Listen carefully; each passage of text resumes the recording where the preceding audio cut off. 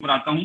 आज का जो कार्यक्रम है, वैसे सभी परिचित हैं कि विश्व आयुर्वेद परिषद लगातार आयुर्वेद के अध्ययन, अध्यापन और एक एनलाइटनमेंट, एक इंटरनल जो फीलिंग है, जो अटैचमेंट हो सकती है आयुर्वेद के साथ में स्टूडेंट्स की, आयुर्वेद के जो डॉक्टर्स हैं उनकी, उसके लिए सतत एक लगातार एक प्लेटफॉर्म प्रोवाइड करता रहा है।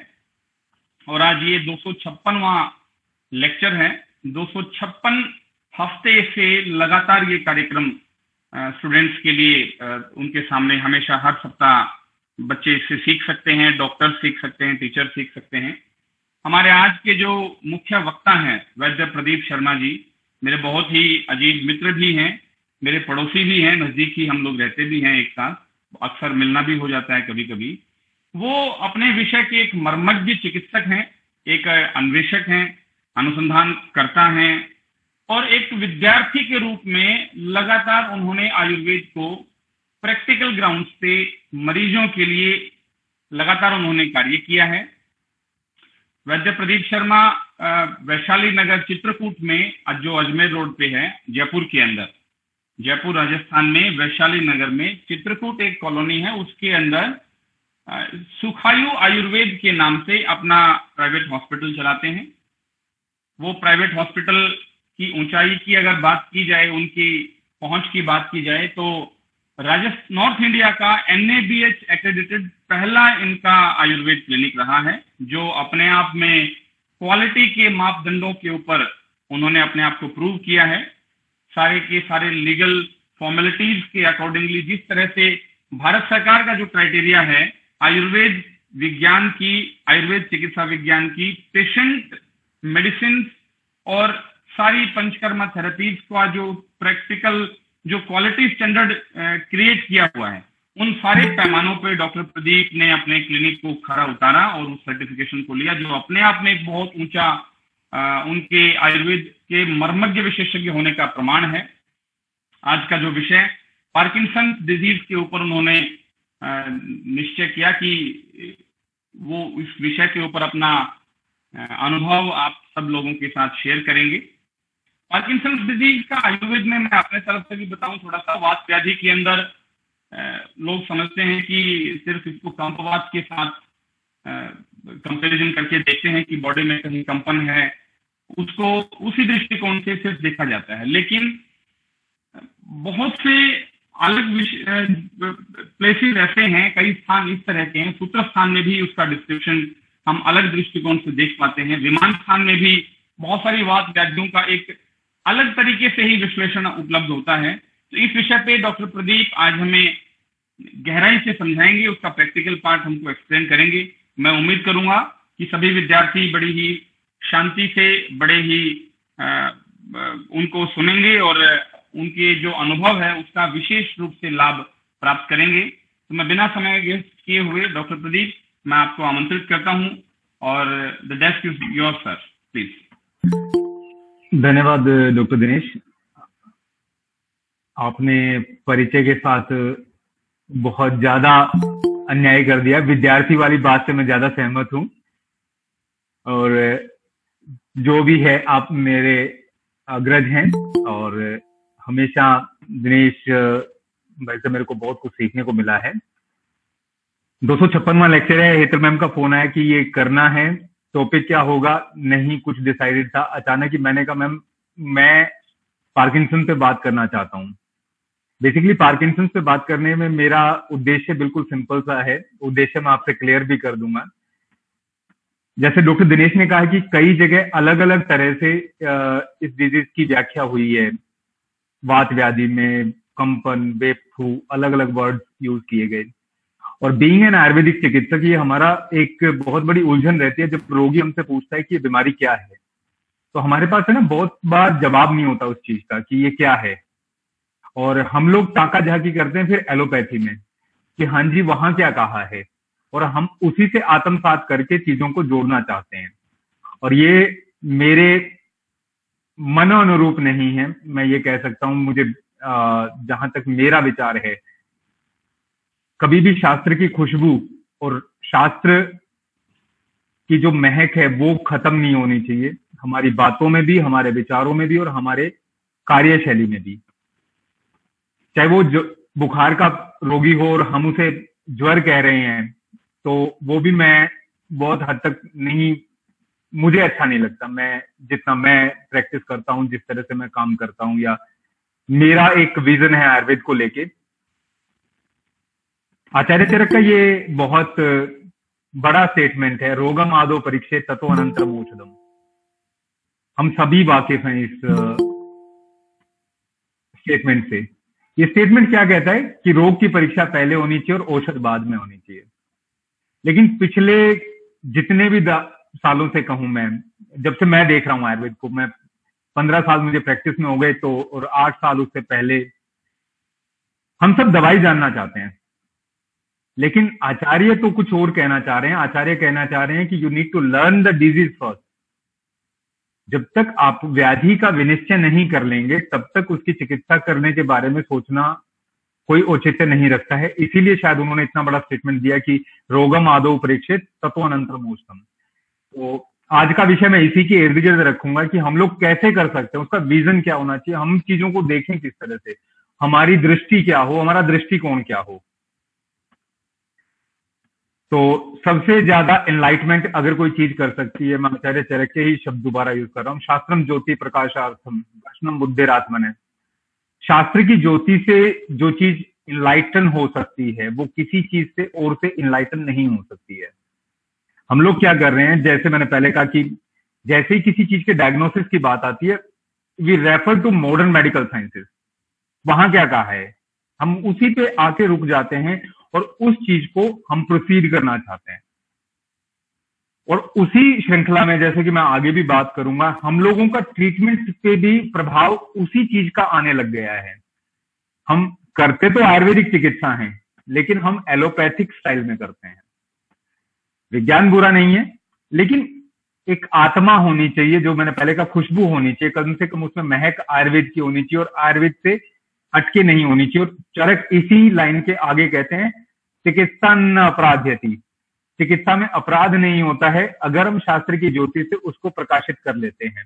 वो बुद्धि और आत्मा अगर प्रकाशित शास्त्र से हो तो फिर चिकित्सा में अपराध नहीं होगा, वरना चिकित्सा में अपराध होने की संभावनाएं बहुत ज्यादा हैं। या फिर ये कहिए कि चरक को अगर मैं बिल्कुल आत्मसात जैसे करता हूं मेरे जीवन में कि हाँ ठीक है, चिकित्सक के लिए कि वो ही सब कुछ है, तो मतलब कि अपराध जरूर होगा। तो इसी विषय पे सिलेक्शन ऑफ टॉपिक मैंने क्यों किया है, चरक कहते हैं अथ दृष्टांत है, दृष्टांतो नाम यत्र मूर्ख विदुषाम बुद्धि साम्यम यो वर्णम वर्णयति। आचार्य कहते हैं कि जहां पे एक मूर्ख और विद्वान की बुद्धि का साम्य हो जाए, यानी मेरे जैसा मूर्ख किसी चीज को एक्सप्लेन करना चाहे और विद्वजन जब उसको सुन रहे हैं आप सभी, तो उसकी साम्यता जो अगर सेटल कर लें हम, उसकी एक साम्यता बैठा लें, तो किस चीज से हो सकती है, वो एक ही चीज से हो सकती है, वो है दृष्टांत, मतलब उदाहरण, कि इस चीज को एक उदाहरण मान के चलना है। और यहां पे मैं एक चीज क्लियर कर देता हूं विषय पर आने से पहले कि पार्किंसंस डिजीज को मैं सिर्फ एक एग्जांपल के तौर पे ले रहा हूं। हमें हर व्याधि को यूं ही सोचने की आवश्यकता है, हमें हर चीज को जो एक एक्सप्लेन करना है उसका तरीका हमारा सेम होना चाहिए। तो यहाँ पे डिस्कशन का टॉपिक पार्किंसन है, लेकिन विषय कुछ और है कि हम लोग शास्त्र को अच्छे से कैसे समझें, या किसी भी व्याधि की जब व्याख्या करनी हो, जैसे रोग की परीक्षा करनी है, तो रोग की परीक्षा हम किस तरह से करें और कितने अच्छे से वो संभव हो सकता है। तो टॉपिक है Parkinson's disease beyond kampavata and Ayurvedic view based on gunas and doshas. तो बेसिक जो इसका कंसेप्ट है, मेरा जो विजन है इस टॉपिक का, वो इतना सा है कि हम लोग इतने सालों से लगातार ये कह देते हैं कि कंपवात का रोगी है और हम लोग कंपवात की चिकित्सा करने लग जाते हैं। हम बाकी रेफरेंसेस, एक और समस्या हो गई है कि क्रॉस रेफरेंसेस की बात आती है, जैसे डॉक्टर दिनेश ने कहा कि विमान स्थान में ये बताया, वहां ये बताया। क्या वास्तव में शास्त्र इतना क्लिष्ट है? मुझे नहीं लगता कि शास्त्र इतना क्लिष्ट है, क्योंकि शायद हमारा देखने का नजरिया ज्यादा क्लिष्ट है, क्योंकि हम शास्त्र की उस ज्योति को पढ़ने ही नहीं देते चीजों पे कि उसका एक्सप्लेनेशन हो सके। बहुत सिंपल से शब्दों में हर व्याधि का विनिश्चय किया जा सकता है, बशर्ते कि हम शास्त्र की गाइडलाइंस पे चलें। वो जो गाइडलाइंस हमें दी गई हैं जो भी हमें बताया गया है, हम उस गाइडलाइंस को अगर फॉलो करेंगे तो मेरे हिसाब से वो चीज हम समझ जाएंगे। तो बेसिक एक इंट्रोडक्शन के तौर पे मैं पार्किंसन की बेसिक से डिटेल, जो सभी आपको पता है, सभी विद्वानों को पता है कि ये क्या है और ये बीमारी क्या है और कैसे है। एक प्रोग्रेसिव न्यूरोलॉजिकल डिजीज है और इसकी जो डिसेबिलिटी करता है ये एल्डरली पीपल में, वो बहुत ज्यादा है और भयावह डिसेबिलिटी है, क्योंकि लोगों के चलने से लेके सामान्य जनजीवन की जो दैनिक नित्यचर्या है वो भी इससे प्रभावित होती है। इन 2015 Parkinson disease affected 6.2 million people. ये बहुत बड़ा फिगर है, इतने लोगों को पार्किंसन ने प्रभावित किया। और आप डेथ का फिगर देख सकते हैं, 1,17,400 1,17,400 people died because of Parkinson globally. अब ये फिगर है और इसको हम लोग शेकिंग पॉलिसी के नाम से जानते हैं, क्योंकि इसमें बहुतायत का ट्रेमर्स होते हैं। ये बेसिक सी इंफॉर्मेशन है पार्किंसन के बारे में। मेरा विषय को चुनने का एक कारण और था कि जटिल व्याधि है, ये हमें सबको पता है, प्रोग्रेसिव है, लगातार धीरे धीरे बढ़ती जाती है और विकृति आती जाती है व्यक्ति में। तो इसलिए बहुत सी ऐसी स्थितियां होती हैं जहां पे लोग आयुर्वेद की तरफ देखते हैं कि क्रोनिक कंडीशन है और क्रोनिक कंडीशन में मैं क्या कर सकता हूं, इसके लिए बेस्ट क्या कर सकता हूं, मैं किस तरह से रोगी की मदद कर सकता हूं। एज ए चिकित्सक हम सोचते हैं और एज ए रोगी ये चाहता है कि मुझे किसी तरह से लाभ मिले, मेरी ये स्थिति कम से कम यथास्थिति तो बनी रहे, आगे तो ना बिगड़े, मेरी डिसेबिलिटी बहुत ज्यादा ना हो। तो इसका कारण एक टॉपिक के लेने का ये था। पार्किंसन में क्या होता है, अलग अलग तरह के डिफरेंट साइन एंड सिम्टम्स होते हैं। 3 में हम लोग डिवाइड कर सकते हैं, मोटर, नॉन मोटर और न्यूरोसाइकेट्रिक जो सिम्टम्स हैं उनमें हम लोग इसको डिवाइड कर सकते हैं। मोटर सिम्टम्स की बात करें तो बॉडी की एक्टिविटी, जो एक्टिव मसल्स हैं, मसल्स के साथ जो भी सिम्टम्स होते हैं उनके बारे में है।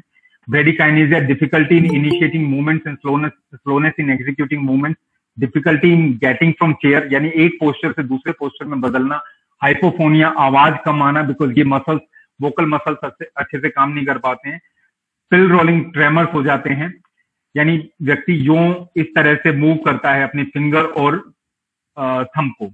रिजिडिटी आ जाती है और रिजिडिटी में भी कोग व्हील सेंसेशन आता है, जैसे हम लोग बचपन में खिलौने जो यूज करते हैं ना, वो जो टुक टुक टुक टुक टुक इस तरह से जो चलते हैं, जब रोगी के हाथ को या किसी भी चीज को मूव किया जाता है तो वो रुक रुक के यूं बार बार झटके के साथ वो चीज वापस आती है। डिस्टोनिया है, मसल डिस्फंक्शन है, वो उसमें स्पाज्म हो जाता है, एबनॉर्मल मसल कॉन्ट्रैक्शन हो जाता है। नॉन मोटर की बात करें तो ये कॉग्निटिव सिम्टम्स हैं, नॉन मोटर हैं, depression, anxiety, cognitive impairment, sleep disturbance, sensory abnormality and pain, loss of smell, ये कुछ बेसिक से सिम्टम्स हैं। और उसके बाद जो नॉन मोटर हो गए अपने, ये न्यूरोसाइकेट्रिक जो सिम्टम्स हैं उनमें change in mood,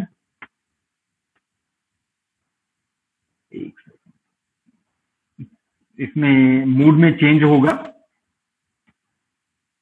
cognition, mental जो प्रोसेस है व्यक्ति की किसी भी चीज को करने का तरीका है वो उसमें इंपेयर होगा।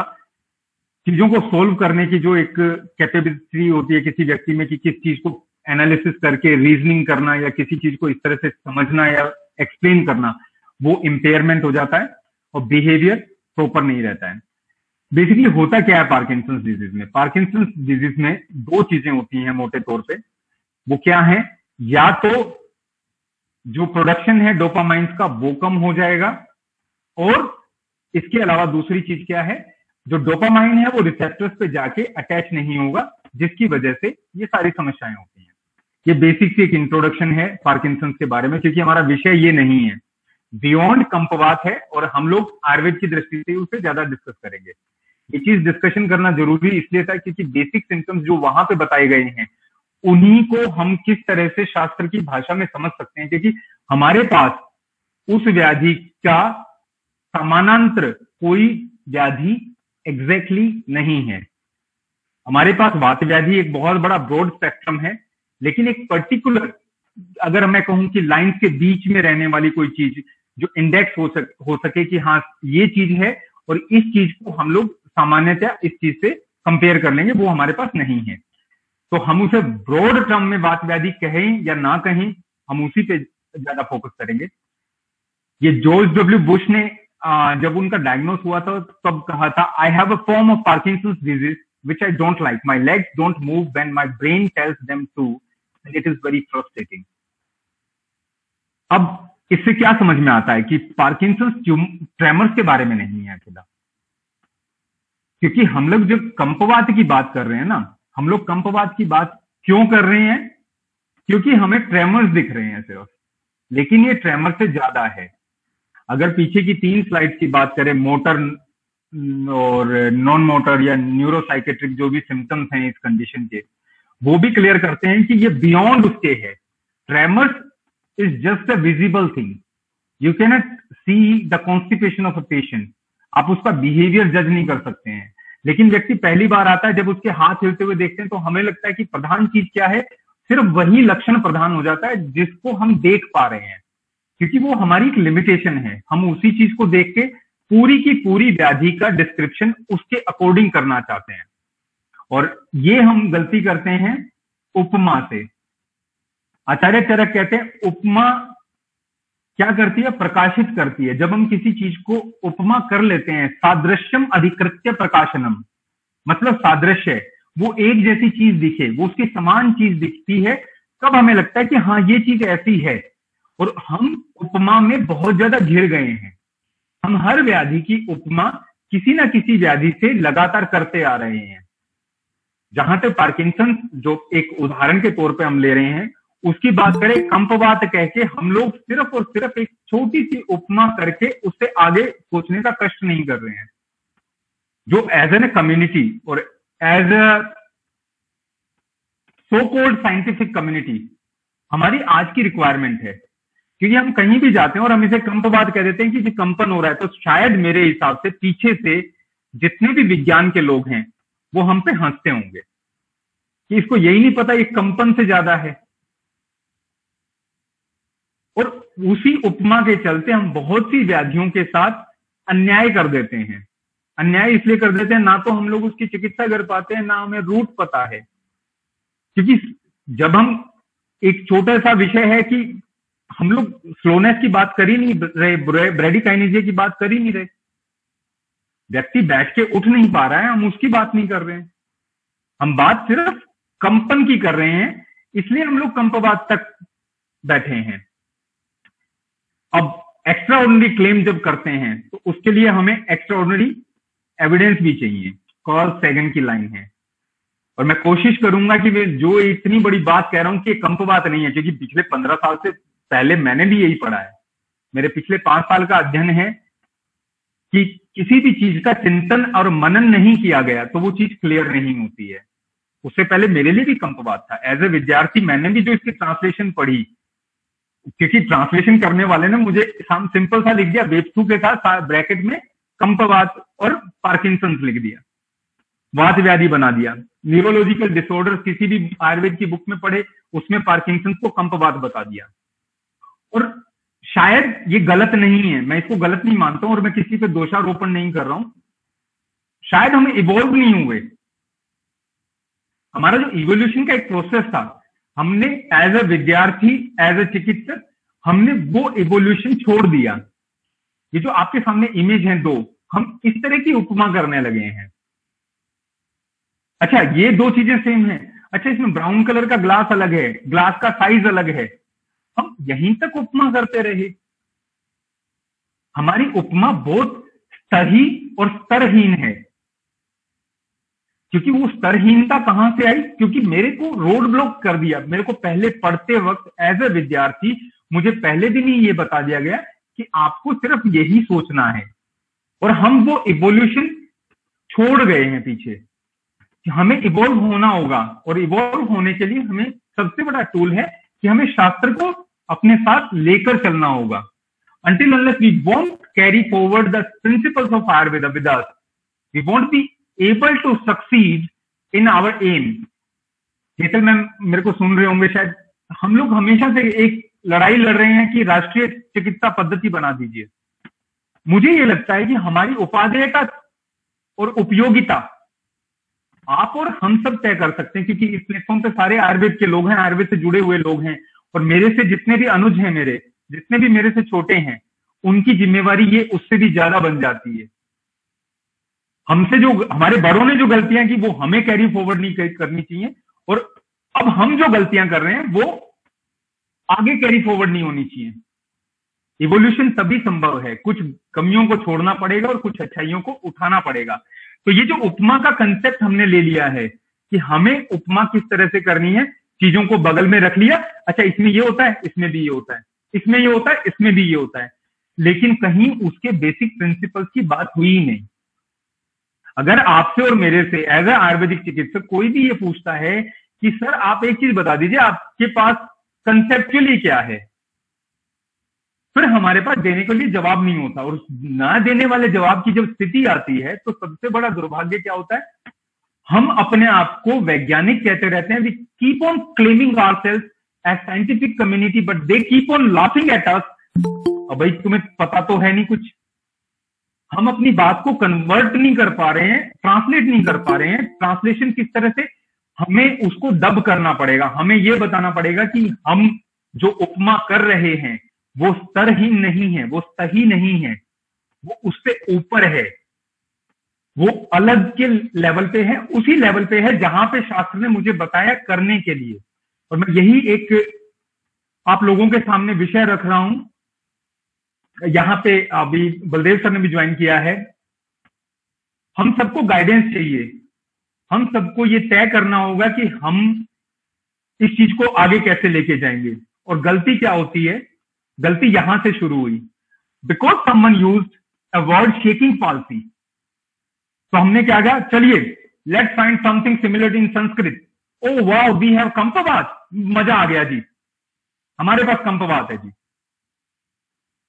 हम बड़े खुश हुए कि देखो इन्होंने शेकिंग पॉलिसी का ऐसा ऐसा एक वर्ड है मेरे पास, क्योंकि पॉलिसी सारी न्यूरोलॉजिकल है।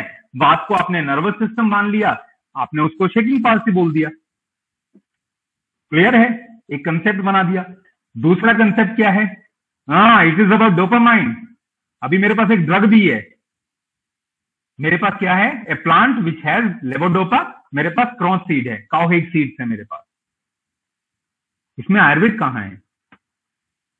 मेरी जो पीड़ा रही इतने सालों से वो यही रही कि हम लोग आयुर्वेद की बात करते करते आयुर्वेद को ही छोड़ गए। हमारे पास लोग आते हैं सेब लेने, उन्हें मिलता संतरा है अंदर, फिर हमारे पास कौन आएगा जी? People come to us, they need a completely Ayurvedic solution, but we are providing an allopathic solution in shape of Ayurvedic treatment. और ये इस बीमारी के साथ नहीं हो रहा है।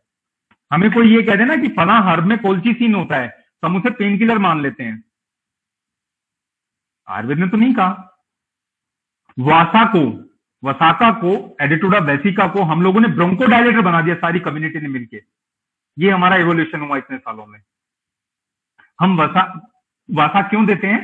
क्योंकि वो ब्रोंकोडायलेटर है, इसलिए कास के हर एक चैप्टर में मिल जाएगा आपको। चैप्टर छोड़िए, आयुर्वेद की कोई दवाई है ही नहीं जिसमें वासा ना हो। भूम्या अम्लकी को आपने छोड़ दिया। ये गलतियां क्यों हो रही हैं? मेरा विषय इतना सा है, मैं जजमेंट नहीं ले रहा हूं, मैं सिर्फ मेरा मत रख रहा हूं। और मैं सबसे चाहूंगा कि अंत में मुझे जहां भी मेरी गलती रही हो, मुझे सुधारने का एक वो दें, क्लू दें कि मैं उस चीज को कैसे सुधार सकता हूं। लेकिन एक चीज हमें तय करनी होगी, हमें सेब की शक्ल में संतरा नहीं बनना है। We don't need to pretend as an apple with orange inside. वहीं पे गलती हो रही है, इसीलिए हमें आज ये लड़ाई लड़नी पड़ रही है कि हमें राष्ट्रीय पैथी घोषित कर दीजिए। चाइना में टीसीएम को नहीं करनी पड़ी, because they never left their roots. We left our roots for the sake of one thing कि हाँ ठीक है जी, मुझे ये चीज ऐसे ही करनी है, बस मुझे सिमिलरिटी चाहिए। हर्बल मेडिसिन और आयुर्वेदिक मेडिसिन के बीच में जो एक वाइड लाइन थी, उसको हम लोगों ने थिन लाइन बना दिया है, उसी उपमा की वजह से जिसकी मैं पीछे बात कर रहा था। तो क्या ये कंपवात है वास्तव में? और क्या हमें क्रोचपाक की जरूरत है? और क्रोचपाक की जब भी बात आती है तो एक बहुत बड़ी यूनिवर्सिटी का नाम आता है, वहां से पेटेंट हुए एक प्रोडक्ट का नाम आता है, जिसपे हम लोग गर्व महसूस करते हैं कि एलोपैथी के लोग उसे यूज कर रहे हैं, लेकिन वो यूज किस लिए कर रहे हैं? क्योंकि वो लेवोडोपा के लिए यूज कर रहे हैं, एज ए नेचुरल सोल्यूशन, वो सप्लीमेंट यूज कर रहे हैं, वो आयुर्वेद के लिए यूज नहीं कर रहे हैं साहब। हमें तय करना होगा कि ये वास्तव में हमें क्रॉन्चपाक की जरूरत है भी या नहीं। तो मैं कोशिश कर रहा हूं कि आगे उस चीज को थोड़ा सा शास्त्र की भाषा में, शास्त्र के बिंदु के अनुसार ही आपके सामने रख रहा हूं। आयुर्वेद क्या कहता है? आयुर्वेद में जैसे अपने इतनी देर से बात करें, Parkinson's disease is most commonly compared with the kampavata और vepathu like condition mentioned in the chapter of vata vyadhi of the Samhita. This is the reason the normal Vata treatment is being applied on the disease. जब भी हमारे पास कोई patient आता है, हम लोग क्या करते हैं? वात व्याधि है, कंपवात है, वेपथु है, हम क्रॉन्चपाक को यूज कर ही रहे हैं, या क्रॉन्च का किसी भी फॉर्म में यूज कर रहे हैं, एक्सट्रैक्ट या जिस तरह भी यूज कर रहे हैं, लेकिन उसके साथ साथ हम क्या कर रहे हैं? वात व्याधि की चिकित्सा कर रहे हैं, लेकिन रिजल्ट नहीं मिलते हैं। ठीक है, अब वात व्याधि में की चिकित्सा जैसे जैसे करते जाएंगे, पार्किंसंस के रोगी ठीक नहीं होते हैं। ये मेरा एक खुद का भी अनुभव है, मैंने पेशेंट खराब करके ही सीखा है कि नहीं साहब ये तो नहीं है, कुछ और कहना चाह रहा था जो मैं समझ नहीं पा रहा हूं या मैंने पढ़ा नहीं है आज तक। तो वहां जो चीज है वो क्या है? क्या शास्त्र अधूरा है, या फिर हमारा क्लेम गलत है कि जो चिकित्सा शास्त्र में होना चाहिए वो चरक में सब कुछ है? ये क्लेम अधूरा है। अधूरा तो नहीं है क्योंकि वो आप्त थे, झूठ उन्होंने बोला नहीं, नीरज तम, उनमें रज और तम के भाव नहीं थे, आप्त थे, उन्होंने गलत बोला नहीं। तो फिर हमारी बुद्धि प्रकाशित नहीं हुई क्योंकि हमने शास्त्र का गहन अध्ययन नहीं किया है। इसलिए हम लोग आज इसको रिविजिट कर रहे हैं। रिविजिट करने का मेरे सबसे अच्छा मुझे जो सूत्र लगता है, विद्या वितर्को विज्ञानम स्मृति तत्परता क्रिया यस्य एते षड गुणास्तस्य न असाध्यम मति वर्तते। मतलब 6 गुण होने चाहिए, 6 गुण होंगे तो हम लोग उस चीज को एक्सप्लेन कर लेंगे और फिर हम उसकी चिकित्सा भी कर देंगे। विद्या सबसे पहले है, तो नो अबाउट द टेक्स्ट, हमें टेक्स्ट को पढ़ना है, किस तरह से देखना है वो हर एक व्यक्ति अपने नजरिए से देखने के लिए स्वतंत्र है, बाध्यता नहीं है। उस पर वितर्क करना है। वितर्क क्या करना है? विशिष्ट तर्क इति वितर्क, मतलब विशिष्ट कैसे? आपको उस पर रीजनिंग करनी होगी।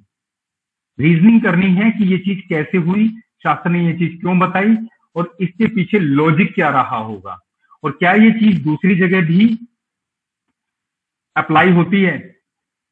मेरे हिसाब से जितना मैं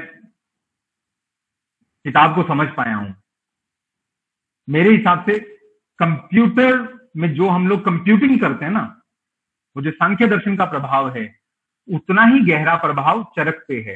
एक चीज एक जगह बताई ना, आप दूसरी जगह क्रॉस चेक कर सकते हो। मेरे पिताजी मेरे को बचपन में बहुत डांटते थे कि मैथ्स का अगर प्लस माइनस का कुछ ऐसा है ना तो उसको चेक किया कर, और मैं चेक नहीं करता था और गलती कर देता था। मैथ कमजोर रहा वो एक अलग विषय है, शायद इसीलिए मैं यहां हूं। लेकिन वो क्यों कहते थे? क्योंकि उसको क्रॉस चेक किया जा सकता है, और शास्त्र में वही चीज बिल्कुल लागू होती है। सांख्य दर्शन का जो प्रभाव है वो यहां पे देखने को मिलता है कि आप उस चीज को अक्षरशः दोबारा सत्यापित कर सकते हैं अलग अलग सिद्धांतों पे। तो मैं एक एक करके सारे विषय ले रहा हूं, विद्या भी लूंगा, वितर्क भी लूंगा और विज्ञान भी लूंगा, और फिर उसके बाद स्मृति तत्परता क्रिया को इकट्ठा लूंगा। क्योंकि अगर विज्ञान तक पहुंच गए हम लोग, इसे विज्ञान की परिभाषा में डाल लिया, तो हमें क्रिया करने में आसानी रहेगी। जैसे कि चरक शुरू में जो हम लोगों ने बात की, रोगम आदो परीक्षित तत्वानंतरम औषधम।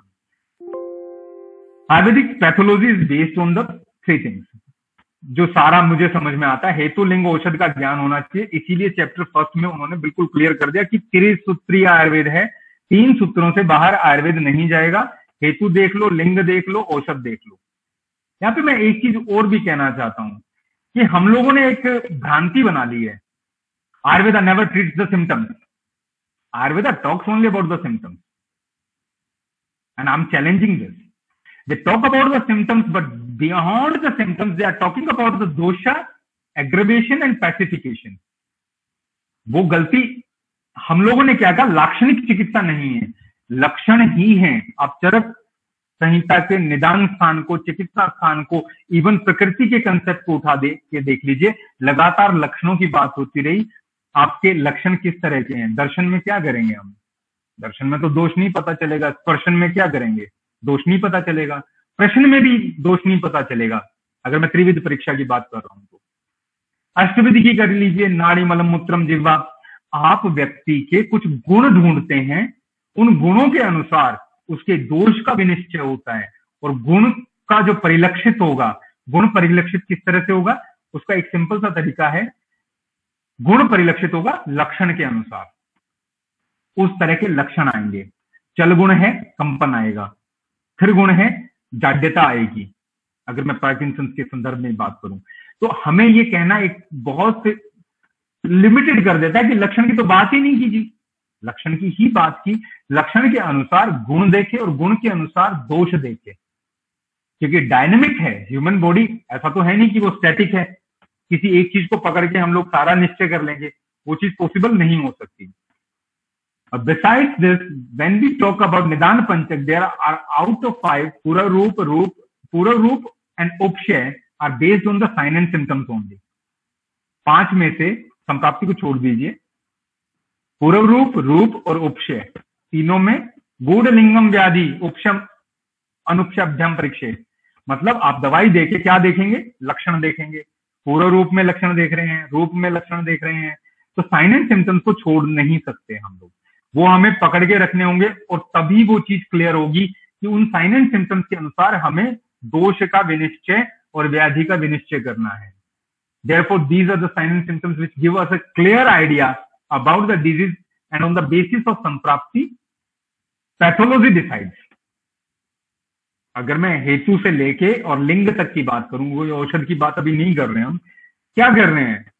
पूर्व रूप तय हो गए, रूप तय हो गए, उपशय तय हो गया, और यहाँ पे हमें संप्राप्ति पता चल गई कि वो व्याधि हुई कैसे है। इतना सब डिसाइड होने से हम लोग 80% काम पूरा कर लेते हैं। निदान बिल्कुल अलग है। निदान जो हम लोग बाद में बात कर सकते हैं, या उसका विषय बहुत बृहत है जिसको इसमें समाहित नहीं किया जा सकता, क्योंकि दोष और गुण के अनुसार हम उसे कैसे देखेंगे, हमें वो देखना है। अब संप्राप्ति अगर पता चल गई तो क्या कर सकते हैं? संप्राप्ति विघटन कर सकते हैं। We can reverse the pathology once we know about the pathology. हम पैथोलॉजी नहीं जानते तो हम रिवर्सल क्या करेंगे कि संप्राप्ति विघटन, वहां पे चिकित्सा के लिए एक सूत्र दिया गया, तीनों संहिताओं ने उस पर कोई विरोध नहीं किया, किसी ने कोई मतांतर नहीं है कि संप्राप्ति विघटन होना चाहिए। वो संप्राप्ति विघटन होगा तभी व्याधि पूरी तरह से ठीक हो सकती है। और इसीलिए जो पार्किंसन डिजीज जैसी कुछ कंडीशंस हैं जो अनसोल्व्ड डिजीज हैं हमारे लिए, वहां पे क्या देखना है हमें कि पैथोलॉजी क्या है, दोष दुष्य समूर्छना क्या है, दोष कैसे एक दूसरे को इंपैक्ट कर रहे हैं और दोष का प्रभाव किस तरह से आया है। When it comes to samprapti and anshansha kalpana, ये सबसे बड़ा दुर्भाग्य है हमारा। अंशांश कल्पना की बात आते ही सारे हथियार डाल देते हैं आयुर्वेद वाले। नहीं, ये नहीं, छोड़ो, यहां तक नहीं जाना, ये तो बड़ा कॉम्प्लिकेटेड विषय है, हम इस बारे में बात नहीं करेंगे। हमें किसकी बात करनी है? वात ज्वर है या पित्त ज्वर है या कफ ज्वर है, वात व्याधि है, पित्त व्याधि है या कफज व्याधि है, वहां तक ठीक है। लेकिन अंशांश कल्पना की बात हम नहीं करते हैं, क्योंकि हमें पढ़ाते वक्त ये बता दिया जाता है कि भाई ये तेरे समझ से बाहर का विषय है, you are not going to fit in this shoes, so leave this shoes on the rack. हम सभी छोड़ देते हैं। रक्त पित्त में हम लोग द्रव गुण की बात नहीं करेंगे, उष्ण गुण की बात नहीं करेंगे, हम तो बस ब्लीडिंग डिसऑर्डर की बात करेंगे। अब किसी भी व्याधि का जिक्र कर लीजिए, किसी भी व्याधि में देख लीजिए, हम लोग बात क्या कर रहे हैं? हम लोग बात कर रहे हैं लक्षण की, सिर्फ लक्षण की। लेकिन उनका जो लक्षण कहने का, जो मैंने कहा कि लाक्षणिक चिकित्सा करते हैं, उसके पीछे जो तर्क था शास्त्र का, हम उस तर्क को हमेशा भूल जाते हैं, हम उस तर्क से बाहर चले जाते हैं। तो अब मैं जो बात करने जा रहा हूं, मैंने इन लक्षणों को साइड में लिख लिया है, वात पित्त कफ के अनुसार उनको टेबुलेट कर दिया है, और उसमें एक चीज और अलग से की है, वो कि गुण कौन से हैं। मोटे तौर पे, मैं बहुत डीप नहीं, और हो सकता है इसमें कुछ गलतियां हों, और गलतियां सुधारने के लिए आप मेरी उम्मीद है कि everybody will contribute to this thing. पहली चीज है ट्रेमर, लेकिन ट्रेमर में सबसे विशेष चीज क्या होती है? रेस्टिंग ट्रेमर्स होते हैं। जब आप रेस्ट में हैं, आप मूवमेंट कर रहे हैं, आप कोई काम कर रहे हैं, तो वो ट्रेमर कम हो जाएगा। जब आप रेस्ट में हैं, जब स्थिरता होनी चाहिए, तो आपका चल गुण बढ़ जाता है। आपकी बॉडी जब स्थिर होनी चाहिए तब जल गुण बढ़ रहा है, तो चल गुण इंक्रीज एंड स्थिर गुण डिक्रीज। मैंने गुणों का इफेक्ट इस तरह से लिया है। स्टिफ मसल्स स्थिर गुण है, लेकिन ये वात का लक्षण नहीं है, ये तो कफ का लक्षण है। ठहरिए, वात तो स्थिर हो ही नहीं सकती ना, वात तो चल है, क्योंकि वात है क्या? रुक्ष, लघु, शीत, खर, चल, विशद, ये छह चीजों को मिला दीजिए, वात है। 6 में से 4 होंगे तो भी बात है। तो इसी तरह difficulty in standing, walking and body movement, स्थिर गुण बढ़ गया, क्योंकि आप जब स्थैर्य में हैं, ठीक है, आप खड़े होकर चल नहीं पा रहे हैं,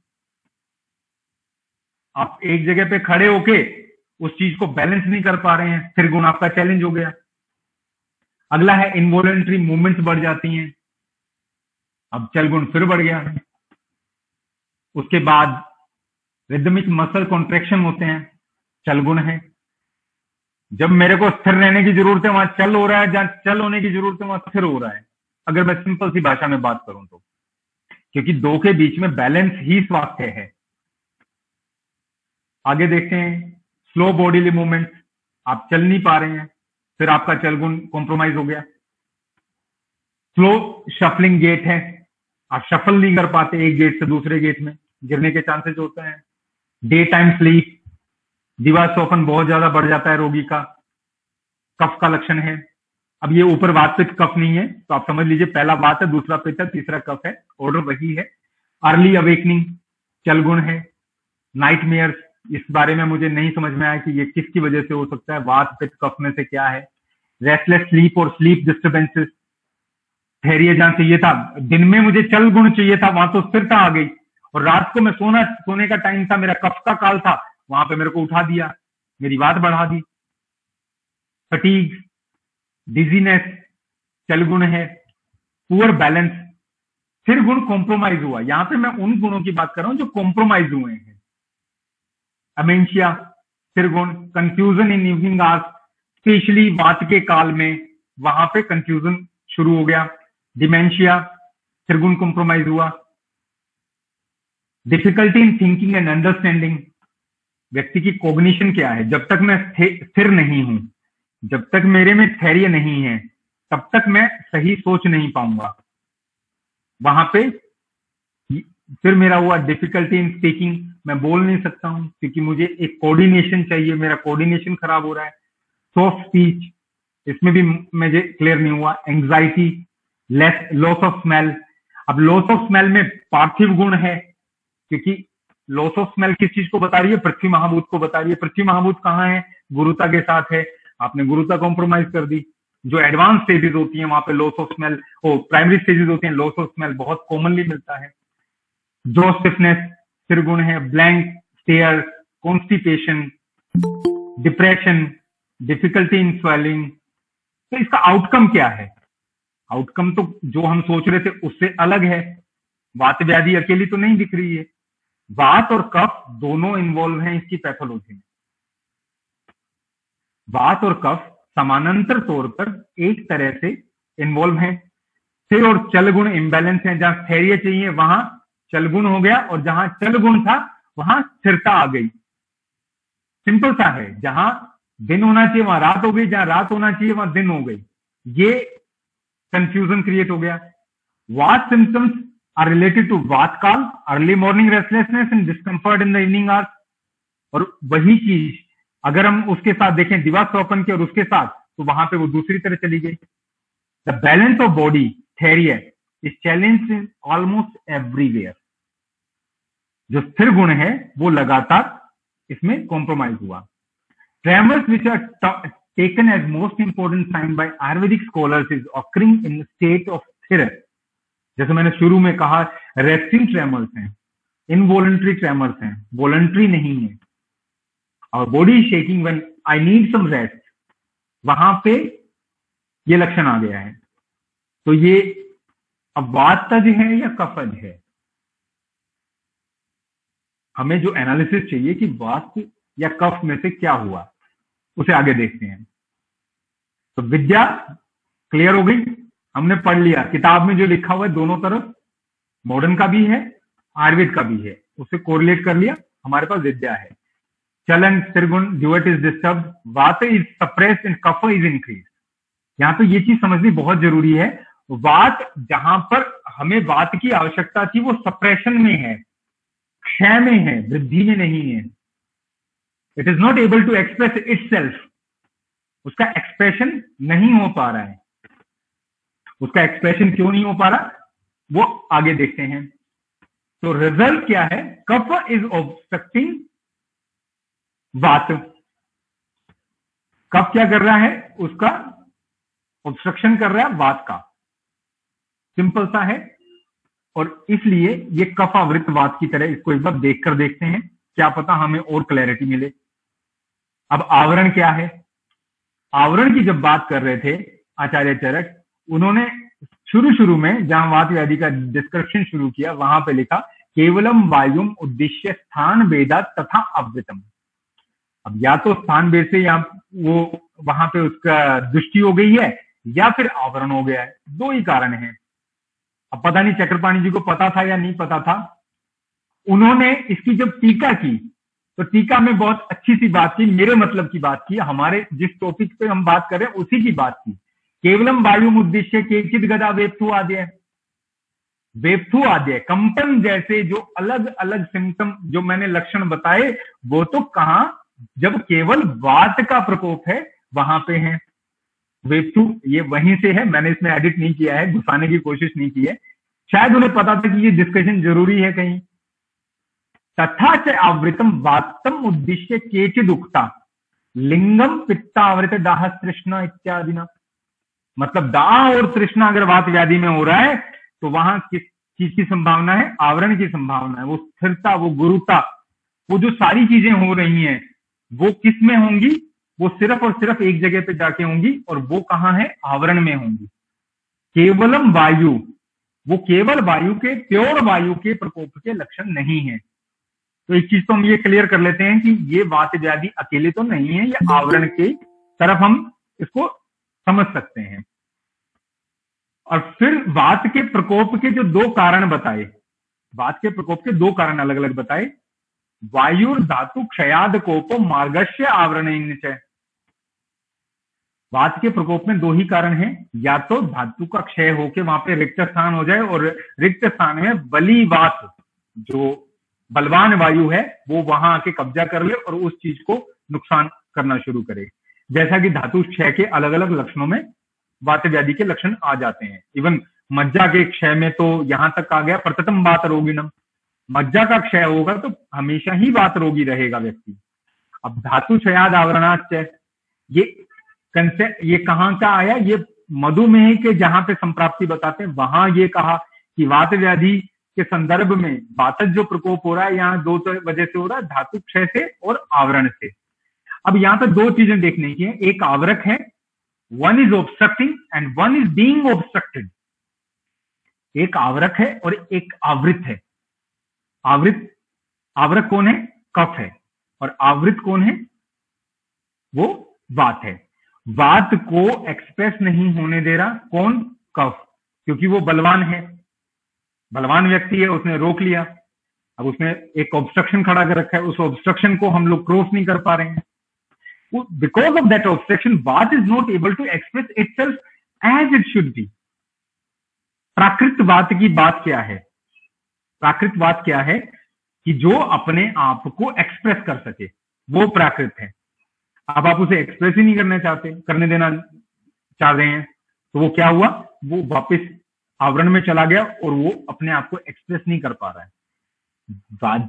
व्याधि बात की है, व्याधि बात की ही है, लेकिन कफ ने वहां आके उसको ब्लॉक कर दिया है, और ब्लॉकेज की वजह से, यानी उसको एक्सप्रेस नहीं करने दे रहा। ब्लॉकेज का मतलब मैं स्रोतो दृष्टि की तरफ नहीं लेके जा रहा हूं, ये स्रोतोदृष्टि और इन दोनों में बहुत थोड़ा सा एक कहते हैं ना कुछ डिफरेंस है। उसे एक्सप्लेन करना शायद मेरी बुद्धि के बस से बाहर की चीज है, लेकिन आवरण का मतलब यहाँ ये है कि उस स्थान पे जाके कफ ने उसकी एक्टिविटीज को होने से रोक दिया है। अब वितर्क क्या है? ये 2 श्लोक हैं और दोनों श्लोक दोष के बारे में है। वाक, प्रवृत्ति, प्रयत्न, ऊर्जा, बल, स्मृति, क्रिया, ये चीजें कॉम्प्रोमाइज होती हैं। हम लोग पहले देख चुके हैं पार्किंसंस में ये चीजें कॉम्प्रोमाइज होती हैं। दूसरा है कृत संदेहचारी महाजवय, गति, अपेक्षण, उक्तक्षेप, निमेश, उन्मेष आदि का, यानी जो भी जिस तरह की भी गति होगी वो गति कहां होगी और किसकी वजह से होगी? वो एक की वजह से, इनकी वजह से होगी, इन दोनों में से एक की वजह से। ये हम लोगों की लिमिटेशन है, हम लोग शास्त्र को नहीं पढ़ पाते हैं। ये बेसिकली उदान वायु और व्यान वायु की बात है। चिकित्सा की बात आते ही हम किस पे जाते हैं? प्राणवायु, अपान वायु। अपान को प्रधान बता दिया, क्योंकि हमारे यहाँ एक मानसिकता है, मुझे जो लगता है वो मानसिकता क्या है कि जिसकी व्याख्या कर दो, जितना जिसको बड़ा बता दो उसके पीछे पड़ जाओ। बात प्रधान है, कफ की बात मत करना। बात पितम पंगु, कफम पंगु, पंगवो मल धातव, भाई उसकी भी बात कर लो यार, बाकी 2 भी हैं साथ में। हम लोग बात किसकी कर रहे हैं? अपान वायु, अपान वायु, अपान वायु, अपान वायु। क्योंकि उदान वायु की जहां भी बात आई ना, उदान वायु को हम लोगों ने ये समझा गले में स्थित है, बोलने से ज्यादा कुछ नहीं करती। लेकिन प्रयत्न और ऊर्जा जैसे शब्द किसी छोटे पोस्ट वाले के लिए तो यूज नहीं होंगे, वो पोस्ट बड़ी है,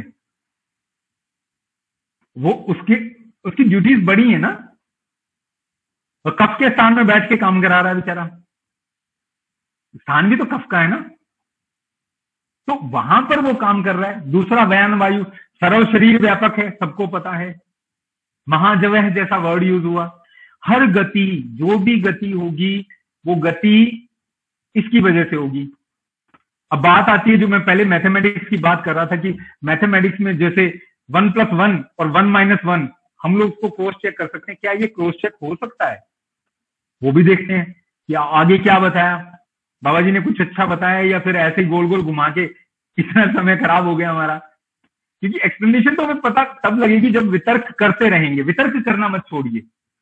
हमारी समस्या आयुर्वेद के लोगों की इतनी सी है कि हम लोग कुतर्की हैं। ये चीज ऐसे नहीं हो सकती, बस बात खत्म। उदान वायु कहां नाम ले लिया यार, प्राणवायु की दृष्टि होगी, सिर में है, हमें लगता है। अब उदान वायु और इन दोनों के जो आवरण के लक्षण हैं वो ये हैं।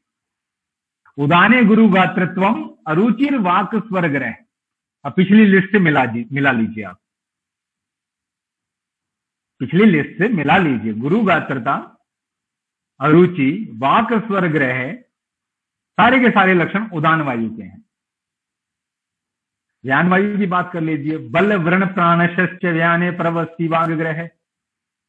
व्यान वायु का वाग ग्रह से क्या लेना देना? गुरुता अंगेशु सर्वेशु सखलितम च गतो भृशम। गतो भृशम, इसकी जब व्याख्या करते हैं ना, तो गतो भृशम का मतलब है इम्बैलेंस वॉकिंग। किसी बीमारी में नहीं मिलेगी आपको। या तो सेरेबेलर एट्रोफी की बात कर रहा है या फिर सेरेबेलर एट्रोफी की वजह से हुए पार्किंसन की बात कर रहा है। बात तो उसी संदर्भ में कर रहा है, क्योंकि गतो भृशम, लड़खड़ा दिया व्यक्ति। लड़खड़ाएगा कैसे? लड़खड़ाने के पीछे कौन? ज्ञान वायु। हम कहां ढूंढ रहे हैं? हम लोग ब्रेन में बैठे हैं, मज्जा धातु की चिकित्सा करे जा रहे हैं। कुछ मज्जा का कंसेप्ट लिए बैठे हैं, कुछ लेवोडोपा का लिए बैठे हैं। शास्त्र जबकि बिल्कुल क्लियरली पिन पॉइंटेड कह रहा है कि ये आवरण के लक्षण हैं और आवरण के लक्षण इस तरह से हैं। अब गुरु गात्रता, अरुचि, वाग ग्रह, स्वर ग्रह, बल हानि, व्रण हानि, प्राण हानि, पर्व ग्रह, अस्थि ग्रह, वाग ग्रह, अंगुरुता, चलने में असमर्थता। ये सारे के सारे लक्षण बिल्कुल क्लियर कट एक ही चीज की ओर इंडिकेट कर रहे हैं कि हम उसके आसपास तो हैं। लाक्षणिक तौर पे हम उसके आसपास हैं, लक्षण सिमिलर हो गए हैं। हाँ ठीक है, ऐसा कुछ है। संप्राप्ति की बात करेंगे, वो भी छोड़ेंगे नहीं उसको भी। अब वितर्क में डोपामाइन से इसकी एक बार वात की कर लीजिए, कंपेयर कर लेते हैं। वात के कुछ कर्म हैं। एक तरफ डोपामाइन के कर्म है। कर्म मतलब वो कर्माज वाले कर्म नहीं है, ये कार्य है। मूवमेंट प्रवर्तक चेष्टा नाम उच्च वाचा नाम, मेमोरी नियंता प्रणेता च मन से, प्लेयरेबल रिवार्ड हर्ष उत्साह की योनि है। हर्ष और उत्साह वात के बिना नहीं हो सकता, बिल्कुल क्लियरली बताया। हर्ष और उत्साह किसकी वजह से हो रहा है? वात की वजह से। वही कम हो रहा है क्योंकि आप उसे एक्सप्रेस नहीं करने दे रहे साहब। वो तो एक्सप्रेस करना चाहता है लेकिन आप उसका एक्सप्रेशन रोक रहे हैं। तो जब इनको कंपेयर किया गया ना, और इसमें मेरा मकसद डोपामाइन को वात बनाने का नहीं है। वात डोपामाइन नहीं है और डोपामाइन वात नहीं है।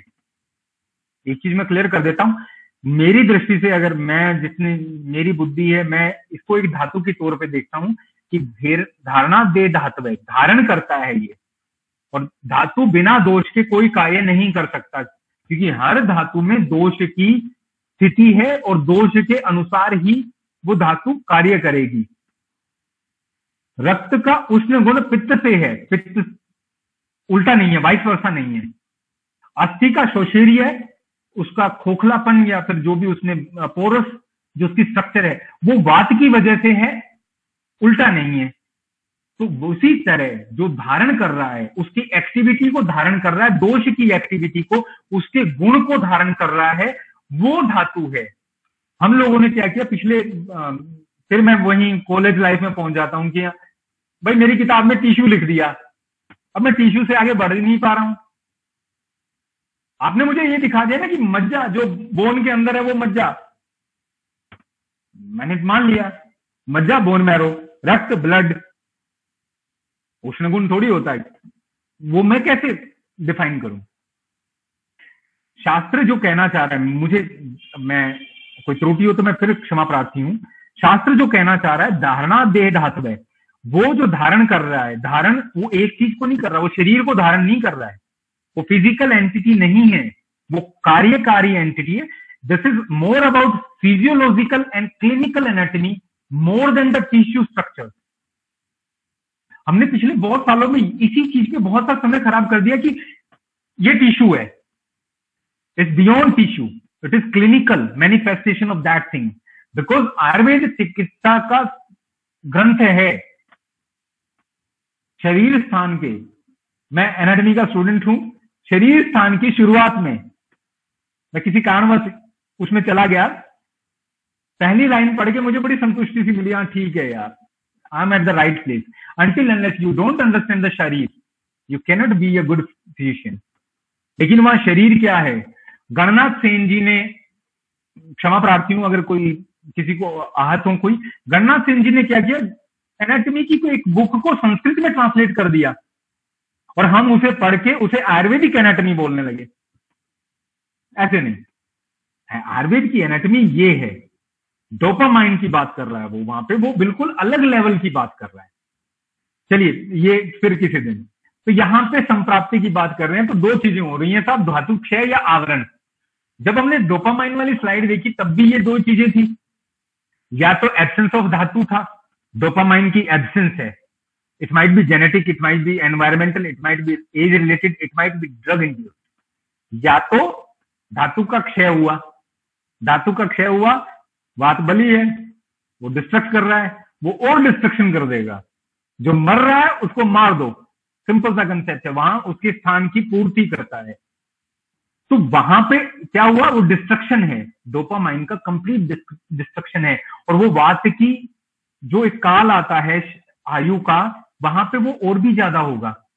वृद्धावस्था में पार्किंसन कॉमन है, क्यों कॉमन है? वात का काल है, शरीर का क्षय हो रहा है, उस शरीर के क्षय को वात और भी क्षय की तरफ ले जाएगा, क्योंकि आपके शरीर की अवस्था, आप क्योंकि जहां पे साध्यता असाध्यता बताई गई ना, वहां पे ये कहा कि वात के काल में, मतलब वात के काल में ये हर तरह से लागू होता है, शाम के टाइम वाली बात भी लागू होती है, जो इस चीज को दुस्साध्य बनाती है पार्किंसंस को, कि उस काल में वहां पर जाकर दोष की दृष्टि होना।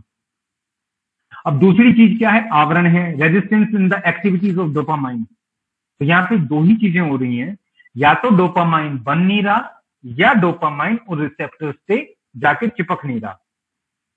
It is not attaching to those receptors so that it can perform its activity. क्रिया ह्रास, एक सिंपल सा संस्कृत का शब्द है कि उसकी क्रिया क्षमता का ह्रास हुआ है, उसकी जो कैपेसिटी थी वो कैपेसिटी कम हो गई है। तो यहां पे हमें जो चीज समझने की जरूरत है कि शास्त्र ने जो कहा, आवरण के लक्षण मिल गए हमें, आवरण के लक्षण उदान में मिल गए। ये हम लोगों ने यहां देख लिया कि दो तरह से होता है, यहां पे हमें वो पता चल गया कि दो ऐसी बात हैं जिनके लक्षण पूरी तरह लगभग इसके आसपास जाके बैठते हैं, जिनका क्रम भी ऐसा है। फिर हम लोगों ने बात से डोपामाइन को धातु के स्तर पर अगर देखें, मैं ये नहीं कह रहा हूं ये बिल्कुल कंप्लीट है, इसे बहुत सुधार की आवश्यकता है, लेकिन हम उस चीज के बहुत समीप हैं कि हम इस जो एक मॉडर्न साइंस की अलग अलग 5 स्टेजेस को रिप्रेजेंट करता है, हम उसे क्लियर कर सकते हैं। अब जेनेटिक बैकग्राउंड की जहां तक बात आती है, मैं उस पर 2 मिनट आप सभी के लूंगा। मैं 2 चीजों में विश्वास रखता हूं, प्रकृति तो नेचर हो गई जो जीन्स डिसाइड करते हैं, लेकिन उससे बड़ा चीज है नर्चर। मदन थंगावेलु सर हमारे साथ हैं, शायद बाद में वो इस चीज को ज्यादा जस्टिफाई कर पाए कि नर्चर से किस तरह से बीमारी बड़ी हो जाती है। जीन्स अकेले रिस्पॉन्सिबल नहीं हो सकते until unless you won't give them the nurture, उस तरह का एनवायरमेंट नहीं देंगे आप। अब इसमें छोटी सी 2 चीजें देखने की हैं, जो मैं उदान वायु के बारे में बोला था, nose and olfactory tract and mouth and gastrointestinal tract. सबसे प्रारंभिक अवस्था में वहीं ये व्याधि हो रही है जहां हम इसको ढूंढ रहे हैं। किताब ने इसको ढूंढा, किताब ने इसे क्लियर कट वहीं ढूंढा कि यहां पे ये चीज हो रही है साहब, और इसकी वजह से धीरे धीरे ये बढ़ता जाएगा। लेकिन हम कहां देख रहे हैं इस चीज को, हम इसको देख रहे हैं 3rd and 4th स्टेज में जाके, ब्राक की जो स्टेजेस हों उसके हिसाब से ट्रेमर्स पे जाके देख रहे हैं। ये देखने की आवश्यकता प्रारंभ में है। षड क्रिया काल की बात तो हम बहुत बार करते हैं, लेकिन उसका एप्लीकेशन जैसे अंशांश कल्पना का नहीं है, वैसे ही न के बराबर बहुत से मूर्धन्य चिकित्सक होंगे, मैं क्षमा प्रार्थी हूं अगर कोई आप में से हैं, शायद मैं भी नहीं हूं जो षड क्रिया काल का पूरी तरह से पालन करता हूं। मैं इतना पालन जरूर करता हूं कि संचय का काल है या प्रसर का काल है, उसके हिसाब से चिकित्सा में उसे इस्तेमाल करता हूं, उसके ज्यादा बहुत उस पर गूढ़ता से मेरा अनुभव नहीं है। मुझे सीखना बाकी है, इवॉल्व होना बाकी है। तो ये चीज यहां भी जस्टिफाई कर ली हमने। अब बात आती है इसे क्रॉस चेक करने की, कि हम लोग जो बात कर रहे थे उसे हम चिकित्सा में कैसे, इन्होंने वैसी बात की चरखने या कुछ अलग से विषय बदल गए वो हमारे। तो अब यहां पे उन्होंने पहली बात कही, कफावृत यव अन्नानी जांगला मर्ग पक्षिण स्वेदा शिक्षणा निरूहा वमनम स विरेचनम। अब वमन और विरेचन से तो वात की वृद्धि कर रहे हैं वो, और फिर तीक्ष्ण निरूह लगा रहे हैं। आम बात में लगाते हैं हम लोग गोमूत्र की वस्तियां, हम सभी लोग, यानी मैं, हम का मतलब हम एक कम्युनिटी के तौर पे कह रहा हूं, कहां लगाते हैं? गोमूत्र जैसी तीक्ष्ण वस्ती हम लोग डरते भी हैं और लगाते कहां है? जहां आमवात जैसी कंडीशन है, जहां कफ की व्याधि है। लेकिन इन्होंने तो आवरण की चिकित्सा में बता दिया, कफा आवृत यव्वान्ना नहीं, यव जैसी चीज यूज करा रहे हैं जो रुक्ष है, जिसका सिंपल सा कंसेप्ट इतना सा है कि वो रुक्ष है और रुक्षता की वजह से वो हमें कुछ ना कुछ वात की वृद्धि करेगी। क्योंकि आवरण की चिकित्सा में 2 चीजें हैं, आपको आवरक को कम करना है और आवृत को बढ़ाना है, लेकिन बढ़ाना भी सेंसिबल है।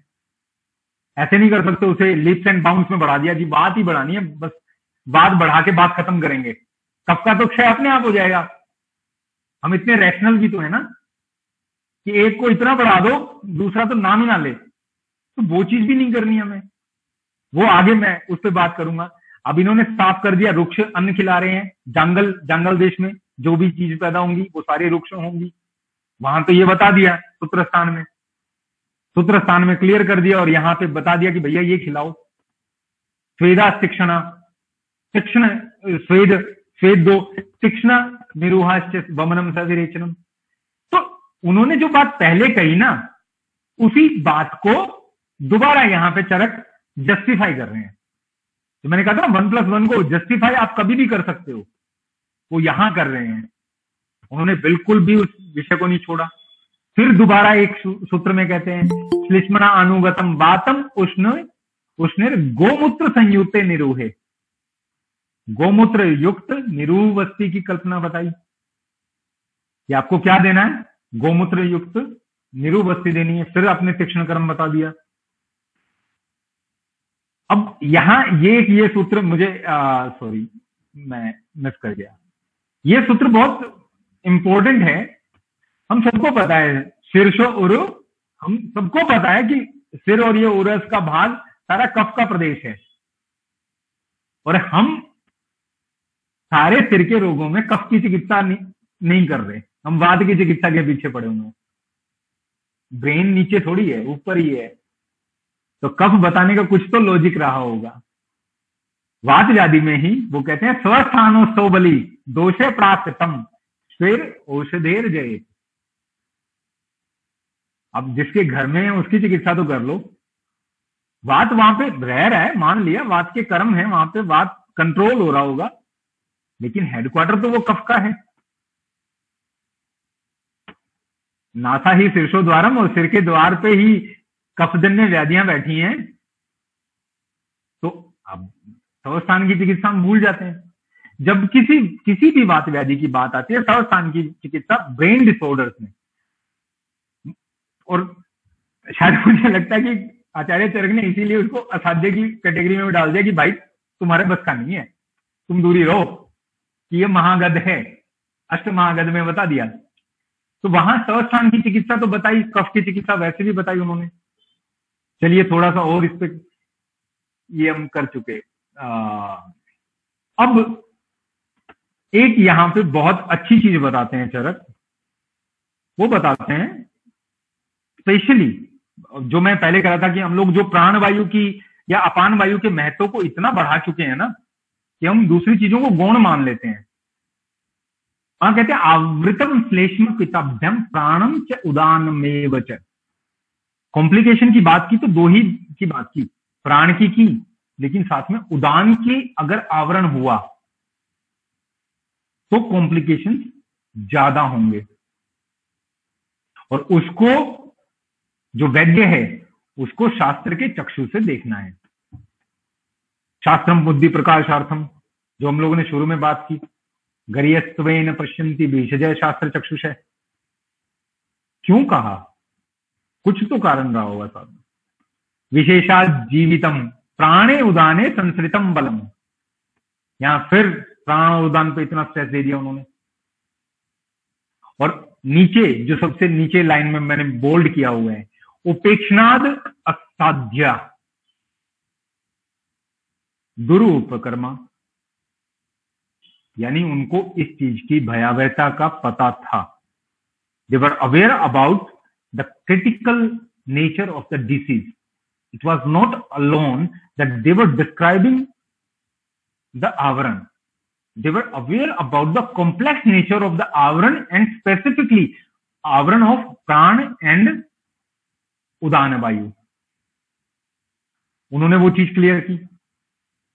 अब आगे 1+1 दोबारा देख लेते हैं।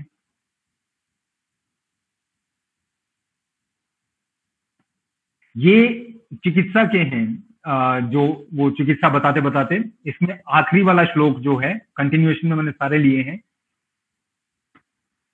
ऊपर सेकंड श्लोक देखते हैं एक बार तो, भवंती उपद्रवास्तेषाम वृतानाम उपेक्षणात् तस्माद आवरणम वैद्य पवनस्य उपलक्षेत। नीचे उसी चीज की पुष्टि करते हुए बिल्कुल क्लियर कट कहते हैं, अनभिसंधि भी स्निग्धे स्तोत्रम शुद्धिकार के कफ पित्त अविरुद्धम यज्ञ वात अनुलोमनम। ये सूत्र इसलिए इंपॉर्टेंट हो जाता है क्योंकि हम लोग जब कफ कर रहे हैं ना, कफ की चिकित्सा करनी है, कफ की चिकित्सा कर रहे हैं, तो हम लोगों को कफ की चिकित्सा करनी कैसे है? अनभिसंधि होना चाहिए, अनभिसंधि होना चाहिए। वो अनभिसंधि होगा तभी वो स्रोतस को बंद नहीं करेगा, क्षय वैगुण्य नहीं करेगा। स्निग्ध होनी चाहिए, वात को रास्ता चाहिए जी।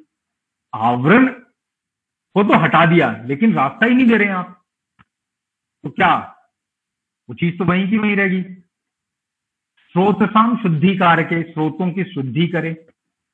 कफ पित्त अविरुद्धम, कफ और पित्त के अविरुद्ध हो। यज्ञ वात अनुलोमनम, वात का अनुलोमन करना है। यहां तो कोई क्रोचपात की बात नहीं हुई, जो हम कर रहे हैं उसकी तो बात हुई नहीं। वो तो क्रोच जैसी कोई चीज ही नहीं बात कर रहे हैं। वो भी आगे देखते हैं वो कहते क्या है। हमें अलग अलग बता दिया, अनभिसंधि होना चाहिए, स्निग्ध होना चाहिए, स्रोत की शुद्धि करने वाला होना चाहिए, वात का अनुलोमन करने वाला होना चाहिए, कफ पित्त विरुद्ध होना चाहिए। अब हींग का यूज अगर पित्त के आवरण में कर रहे हैं तो हींग पित्त को बढ़ाएगी। लहसुन का यूज अगर पित्त के आवरण में कर रहे हैं तो लहसुन पित्त की वृद्धि करेगा। मत कीजिए, कफ में कर लीजिए। और दोनों के दोनों वात अनुलोमक हैं, हींग उससे भी अच्छी है। तो यहां तो फिट तो हींग बैठ रही है, या लहसुन बैठेगा कफ के आवरण में। अब आती है, इन्होंने लास्ट में जो समअप किया चरक ने, मैं उसकी बात कर रहा हूं। सर्वस्थान आवृते अपि आशु तत्कार्यम मारुते हितम। पहली बात तो जल्दी से चिकित्सा करनी है, जितनी अर्ली स्टेज में होगा पेशेंट उतना ही अच्छा होगा। यापनावस्था प्रायो मधुरा स अनुवासना, यापनवस्ती अनुवासन के साथ प्राय मधुर। रसायनानाम सर्वेशाम उपयोग प्रशस्यते, शैलस्य जतुनो अति अर्थम पयसा गुगलोस्तथा। ठीक है, रसायन का प्रयोग करना है। जब अष्टांग हृदय में भी चिकित्सा की बात की तो उन्होंने लहसुन का प्रयोग रसायन के तौर पे करने को कहा। यहां पे वही चीज चरक उसकी पुष्टि करते हैं, रसायनानाम सर्वेशाम उपयोग प्रशस्यते। सारे के सारे हमें किस चीज की यूज करनी है, रसायन की चिकित्सा करनी है। वही चीज सही रास्ते पे लेके जाएगी चीजों को। शैलस्य, शिलाजीत, जतुनो अते अर्थम पयसा गुगलोस तथा। गुगलू का इस्तेमाल बताया, पेन किलर नहीं है गुगलू। और लास्ट में फिर दोबारा इस चीज को दोबारा, जो हम लोग पहले 1+1 चेक करते आ रहे हैं ना, कफ आवृते कफ गणेशु मारुतस्य अनुलोमने। अब मेरी पीड़ा ये है, आचार्य चरक ने 200वें श्लोक के बाद 189 या कुछ ऐसा श्लोक है जहां पे आवरण शुरू होता, मुझे याद नहीं अच्छे से, वहां के बाद लगातार हमें बार बार निर्देश दिया, भाई ये करना है, भाई ये करना है, ये करना है, ऐसे करना है। और हम नहीं जी, ऐसे नहीं। लेवोडोपा किसमें मिलता है वो बताइए। अगर हम अपनी भाषा में नहीं बोलेंगे तो हम अपनी चीजों को समझा नहीं पाएंगे। और मेरी पीड़ा यही है कि हम अपनी चीजों को अपनी भाषा में नहीं समझाएंगे तो हम जो सपना लेके चल रहे हैं राष्ट्रीय चिकित्सा पद्धति बनने का, उससे हम थोड़ा सा पिछड़ जाएंगे। पा तो लेंगे लेकिन समय बहुत लगेगा। लड़के नहीं, हक से लेंगे, मुझे ऐसा लगता है। और अंत में मैं मेरी बात समाप्त कर रहा हूं चरक के एक श्लोक से। समग्रम दुखम आयतम विज्ञाने द्वयाश्रम सुखम समग्रम विज्ञाने विमले च प्रतिष्ठितम इदम एवं उदार अर्थम अज्ञानम न प्रकाशकम शास्त्रम दृष्टि कनिष्ठानाम यथेव आदित्य मंडलम। ज्योति प्रकाशार्थम, वहां से शुरू होके आदित्य मंडल मतलब सूर्य तक ले गए कि जैसे सूर्य के प्रकाश में एक जिसकी व्याधि है, दृष्टि बाधित है, वो व्यक्ति सूर्य के प्रकाश में भी नहीं देख पाता। वो कहां देख पा रहा है, वो देख नहीं पा रहा, सॉरी, सूर्य के प्रकाश में भी नहीं देख पा रहा। उसी तरह शास्त्र के प्रकाश में चीजें उज्ज्वलित होती हैं, देखने वाला चाहिए। और खत्म करने से पहले एक छोटी सी चीज, इसको कोई यूट्यूब पे देखे या जो भी व्यक्ति प्रेजेंट हैं, बलदेव सर ने ये लो लगाई थी, 256वां हफ्ता है, डॉक्टर दिनेश ने कहा। हेतल मैम की ये पोस्ट मैंने शेयर की थी कि शो मस्ट गो ऑन की जो आपकी एक विचार है, 2 स्टूडेंट और 1 वक्ता, ये 256वां हफ्ता ऐसे ही नहीं आया। और मैं दिल से कह रहा हूं, हेतल मैम ने लॉकडाउन में भी, यानी आयुर्वेद का विद्यार्थी नहीं मिला तो किसी को भी चरक पढ़ाई। इसके लिए शब्द कम हैं, और जो मैम की टिप्पणी आई थी इस पे, उसके लिए शायद हम सबको शर्मिंदा होना चाहिए। मैम को ये लगा था कि ये नाकामयाबी है, इज अ फेलियर उनके एंड पे, लेकिन शायद मैं हूं, धर्मेंद्र भी है, डॉक्टर नीतू हैं, मेरे वाइफ डॉक्टर दिनेश हैं, बाकियों का पता नहीं, हमें तो प्रेरणा मिल रही है, हम नहीं छोड़ेंगे। और ये बलदेव सर ने जो लॉ लगाई थी वो चलती रहनी चाहिए और जलती रहनी चाहिए, क्योंकि इसके बिना जो हम बात कर रहे हैं ना, आयुर्वेद को एक राष्ट्रीय पद्धति बनाने की या आयुर्वेद का उत्थान की, वो नहीं कर पाएंगे। मुझे अच्छे से याद है, बलदेव सर को किसी स्टूडेंट ने ये कह दिया था कि चेयर नहीं, अब सब सर सबके घर में चेयर है, फिर भी अभी लोग उत्साह नहीं दिखाते हैं। और बीइंग अ वाइस चांसलर मुझे लगता है कि सर अब अच्छे से ज्यादा अच्छे से कर सकते हैं। थैंक यू मुझे सुनने के लिए। मैं जो भी जिसके भी प्रश्न हैं या सुझाव, मैं प्रश्न से ज्यादा सुझाव चाहूंगा, प्लीज मुझे सुझाव जरूर दीजिए। जहां त्रुटि है हम सब मिलकर सुधारेंगे। पार्किंसन, और ये कोई रिसर्च नहीं है, ये मैं एक चीज बता देता हूं, ये ऐसा नहीं है कि मैंने कुछ खोजा है, ये किताब में लिखा हुआ था, बस वो पीड़ा के तहत वो पढ़ा है, बार बार पढ़ते पढ़ते ये चीजें सामने आई है, और ये लाइट उधार की है। और मैं चाहूंगा कि आपके अगर सुझाव आएंगे तो हम इस चीज को और भी प्रकाशित कर पाएंगे, वरना फिर वो शास्त्र से लदे गधे, वो चंदन से लदे गधे वाली बात सुश्रुत की हम लोग चरितार्थ करते ही आ रहे हैं। हेतल मैम, बलदेव सर और विश्व आयुर्वेद परिषद सभी को धन्यवाद कि मुझे तीसरी या चौथी बार सबसे मेरे विचार साझा करने के लिए मौका दिया। और मैं चाहूंगा कि अगली बार कोई और अच्छा सा विषय, कोई और बात हो, ताकि हम यूं ही अपने विचारों को जोड़ते रहें और आगे चलते रहें। धन्यवाद, प्रणाम।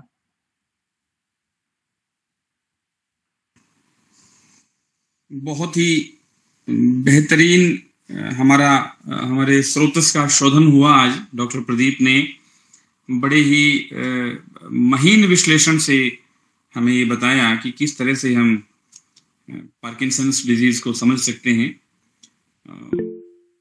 इससे पहले कि मैं कंक्लूसिव वे में आगे बढ़ूं, मैं चाहूंगा कि अगर किसी भी व्यक्ति का प्रश्न है, किसी भी स्टूडेंट का, स्कॉलर का, जो आज यहाँ सुन रहे थे सेमिनार को, तो पूछ सकते हैं, अपना हैंड रेज कर सकते हैं या कमेंट बॉक्स में मैसेज डाल सकते हैं। आपके बिहाफ पे मैं वो प्रश्न पूछ लूंगा।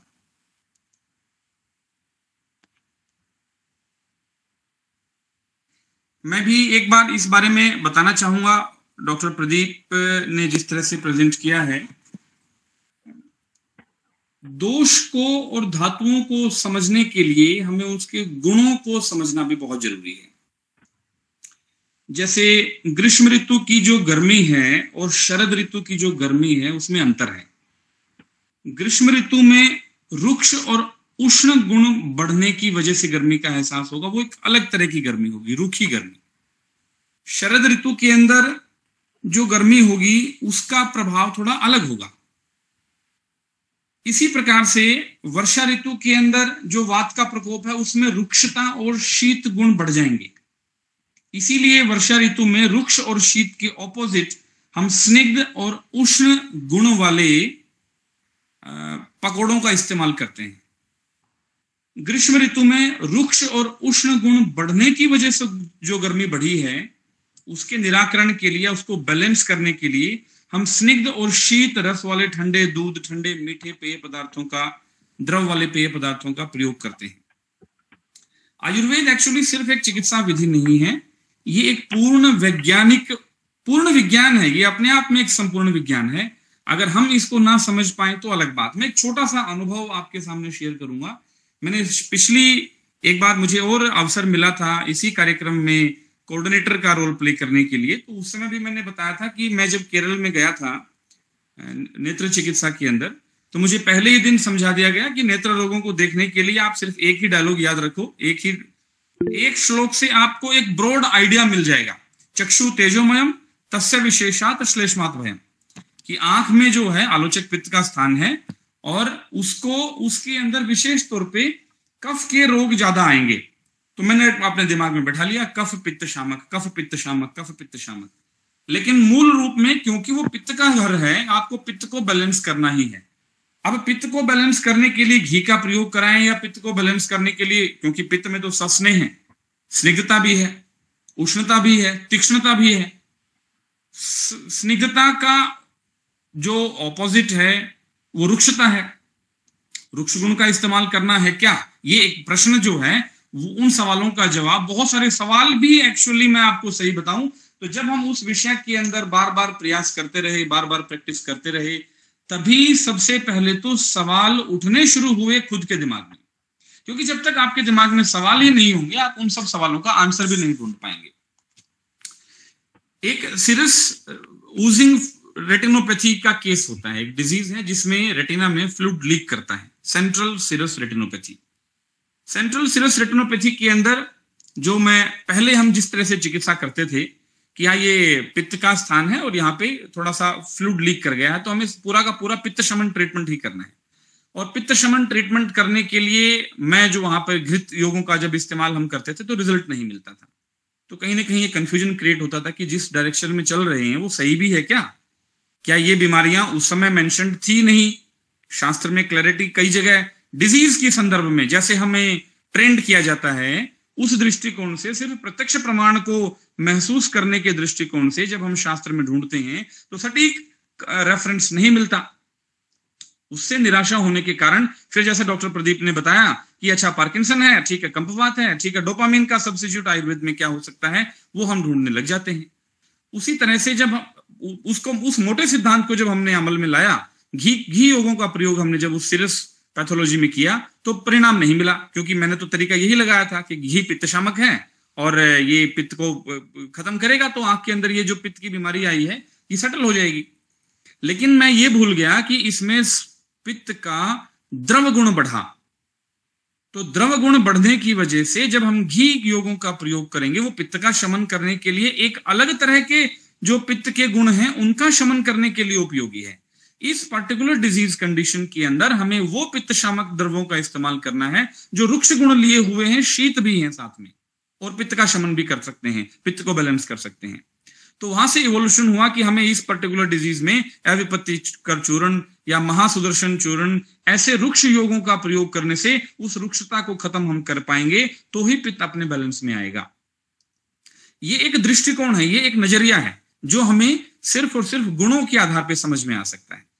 तो डॉक्टर प्रदीप ने बहुत वैज्ञानिक तरीके से ही बताया है। ये इसमें कोई संदेह नहीं है कि जो कुदरत के अंदर, जो प्रकृति के अंदर, जो ऋतु के अंदर हो रहा है, वही सब चीजें हमारी बॉडी के अंदर भी एक परिवर्तित रूप में हो रही है। आयुर्वेद के स्टूडेंट्स की खास तौर पे अगर मैं कहूं, ये बड़ी विडंबना है कि आयुर्वेद के स्टूडेंट्स ना पढ़े हुए हैं ना कढ़े हुए हैं। पढ़े हुए का मतलब सब समझ गए, कढ़े हुए का मतलब हो सकता है कुछ लोग ना समझ पाए। कढ़े हुए का मतलब है, चरक ने भी लिखा है, बहुदृष्टा बहुश्रुता, देखा हुआ भी हो, सुना हुआ भी हो, पढ़ा हुआ भी हो और उसका एनालिसिस भी किया हुआ हो। हम लोग सिर्फ मॉडर्न तरीके से जो हमारी ट्रेनिंग हो रही है, सिर्फ हम प्रत्यक्ष प्रमाण को ही एकमात्र प्रमाण मान के बैठे हैं कि जो दिख रहा है ब्लड टेस्ट में, जो दिख रहा है, मॉडर्न साइंस ने बताया डोपामिन का इसमें रिडक्शन हुआ है, या फिर हमें ऐसी चीजें ढूंढनी है, वो प्रूव भी कर दिया मॉडर्न साइंस ने कि कौच बीज के अंदर डोपामिन के जो प्रिकर्सर्स हैं उसको बैलेंस करने वाले इंग्रेडिएंट्स, उसके केमिकल कॉम्पोजिशंस उसमें मौजूद हैं। तो हम उसी चीज के पीछे लग जाते हैं, लेकिन 4 प्रमाण से हम किसी भी कार्य की सिद्धि करते हैं। और चरक में ही लिखा है, प्रत्यक्षम अल्पम, अनल्पम, अप्रत्यक्षम। जो दिख रहा है वो बहुत थोड़ा है, जो नहीं दिख रहा है वो बहुत ज्यादा है, बहुत ज्यादा है। तो वो जो एक मेजर पार्ट है अप्रत्यक्ष वाला, मेरा अनुरोध है कि उस दृष्टि से, उस विजन से हम आयुर्वेद को समझना शुरू करें, तो हमें एक एनलाइटनमेंट की एहसास होगा, अनुभूति होगी, हम आयुर्वेद के विज्ञान को थोड़ा बेहतर तरीके से समझ पाएंगे। किसी स्टूडेंट का प्रश्न अगर है तो आप बता सकते हैं।